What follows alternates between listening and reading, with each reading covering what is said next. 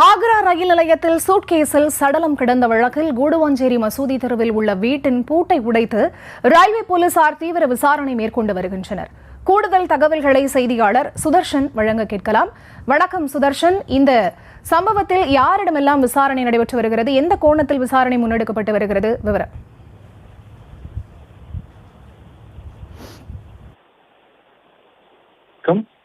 ஆக்ரா ரயில் நிலையத்துல கண்டெடுக்கப்பட்ட அந்த சடலம் அந்த கொலை மிக கொடூரமாக நடந்திருப்பதாக தற்போது கண்டுபிடிக்கப்பட்டிருக்கிறது.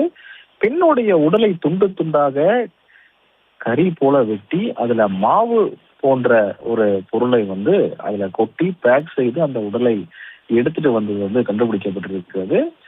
இந்த சூட்கேஸ் ஆனது எங்கிருந்து வந்தது, எப்படி வந்ததுன்னு சொல்லிட்டு போலீசார் விசாரணை மேற்கொண்டு வந்த நிலையிலனா, கடந்த ஆகஸ்ட் மாதம் 5ஆம் தேதி ஆக்ராவை வந்தடைந்த இந்த தமிழ்நாடு எக்ஸ்பிரஸ் ரயில்ல சிவப்பு நிற சூட்கேஸ்ல இந்த அடையாளம் தெரியாத இந்த சடலம் சிறிது நிலையில இருந்திருக்கிறது. உடல் பாகங்களை ரயில்வே ஊழியர்கள் கண்டறிந்ததை தொடர்ந்துதான் இந்த விசாரணை மேலும் விரிவடைந்தது. தலை மற்றும் சில கைகால்கள் இல்லாமதான் இந்த சடலம்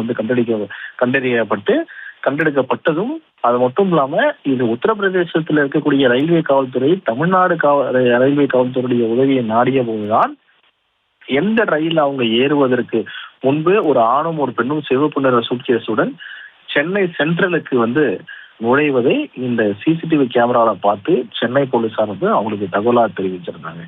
அதுக்கப்புறம் தான் தம்பதியினர் அந்த இடத்துல அந்த சூட்கேஸ்ல அந்த சூட்கேஸ் பெட்டிக்குள்ளதான் பார்க்கும்போது தெரிஞ்சது இந்த சடலம் கண்டறியப்பட்டு ரயில் புறப்படுவதற்கு முன்பே அதிலிருந்து இறங்கி சென்னை பார்க் ரயில் நிலையத்துல நடந்து சென்று அங்கிருந்து ஒரு ஆட்டோ பிடிச்சி அவங்க கூடுவாஞ்சேரி ரயில் நிலையத்துல, அதாவது பார்க் ரயில் நிலையத்துல இறங்கி அங்கிருந்து கூடுவாஞ்சேரி ரயில் நிலையத்துல இறங்கி அதன் பிறகு சிசிடிவி காட்சி உதவியோட தான் போலீசார் இவங்களை கண்டறிஞ்சிருக்காங்க. கூடுவாஞ்சேரியில இறங்கி அங்கிருந்து ஆட்டோ மூலம் அவங்க தப்பிச்சு போறாங்க.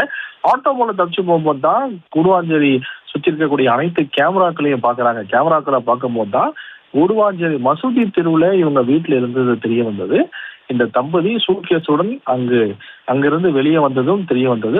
அப்பதான் இந்த உறுதி செஞ்சாங்க. கூடுவாஞ்சேரியில் இருக்கக்கூடிய இந்த மசூதி தெருவில் தான் உறுதி செஞ்சு தற்போது ரயில்வே போலீசார், லோக்கல் போலீஸ், அதாவது கூடுவாஞ்சேரி போலீஸோட உதவியுடன் அந்த வீட்டின் பூட்டை உடைத்து உள்ளே பார்த்த போதுதான் அவங்க வீட்டில் இருந்த ஃப்ரிட்ஜில் அந்த எந்த சடலம் கண்டறியப்பட்டதோ அந்த சடலத்துடைய தலை உள்ள இருந்தது தெரிய வந்திருக்கிறது.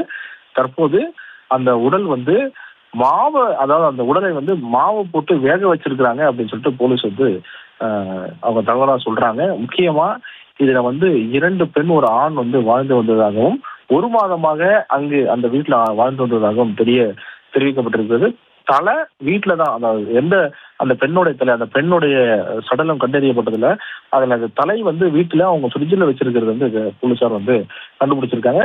இந்த உடலை கறி போல வெட்டி இருக்கிறார்கள்.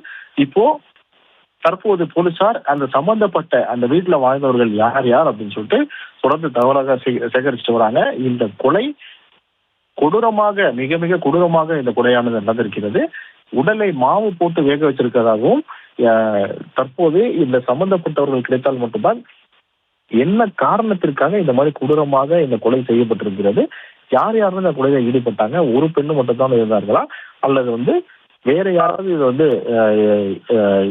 ஈடுபட்டிருக்கிறாங்க இந்த கொலையில, ஒரு பெண் 2 ஆண்கள் என்று தகவல்கள் சொல்லப்படுகிறது. இதை தவிர்த்து வேற யாராவது ஈடுபட்டிருக்கிறாங்களா, மீதமுள்ள உடல் பாகங்கள் எங்கு அப்படின்னு சொல்லிட்டு சம்பந்தப்பட்ட குற்றவாளிகளை பிடித்தால் மட்டும்தான் உண்மை நிலைமை தெரிய வரும். அதன் காரணமாக போலீசார் கூடுவாஞ்சேரியில் இருக்கக்கூடிய அனைத்து கேமராக்களையும் ஆய்வு செய்து தற்போது அவர்கள் சென்று வந்த எந்தெந்த பாதைகள் இருக்கிறதோ அந்த பாதைகள் அனைத்திலுமே தேடிட்டு வராங்க.